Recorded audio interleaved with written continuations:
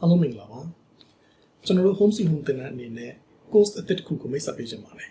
အခုမိတ်ဆက်ပေးမယ့် course က computer course ဖြစ်ပြီးတော့ Adobe Photoshop course ဖြစ်ပါတယ် Adobe Photoshop ရဲ့နောက်ဆုံး version တွေကိုအသုံးပြုပြီးတော့သင်ကြားထားပေးပါတယ်အဲ့ဒါမှာအသစ်ပါလာတဲ့ tools တွေအကြောင်းကိုလည်းတစ်ခုချင်းအသေးစိတ်သင်ပေးထားတာဖြစ်တယ်လို့ Adobe Photoshop ထဲမှာပါဝင်တဲ့ tools တစ်ခုချင်းစီကိုအသေးစိတ်အသုံးပြုတတ်အောင်ဘယ် tools ကိုဘယ်နေရာမှာဘယ်လိုသုံးမလဲကိုလိုချင်တဲ့အနေအထားရဖို့အတွက်ဘယ် tools ကိုအသုံးပြုမလဲဆိုတာကိုပါကျွန်တော်တို့အသေးစိတ်နားလည်အောင် project တွေအများကြီးဖွဲ့ပြီးတော့တင်ပြထားပေးပါတယ်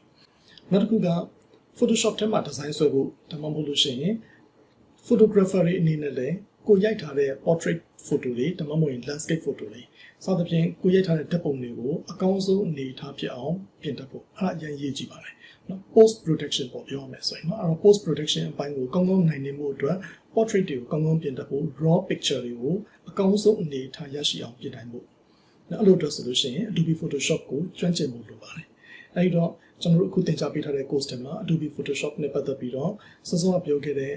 design ဆွဲတတ်ဖို့ကောနောက်တစ်ခါ portrait တွေ landscape တွေကိုကောင်းကောင်းပြင်နိုင်ဖို့အကုန်လုံးပြည့်ပြည့်စုံစုံနဲ့ project ရစွာနဲ့ထည့်သွင်းပြီးတော့သင်ကြားပေးထားပါတယ်ရှီကန်ကနေစပြီး tools တစ်ခုချင်းစီကိုသင်ပြထားပေးပါတယ်နော်အဲ့ဒီအတွက်ကြောင့် Photoshop ကိုကျွမ်းကျင်ခြင်းနဲ့ကောင်းကောင်းပိုင်နိုင်သွားပါလိမ့်မယ်အဲ့တော့ကျွန်တော်တို့ Adobe Photoshop ရဲ့ online course ကို join လိုက်ပါ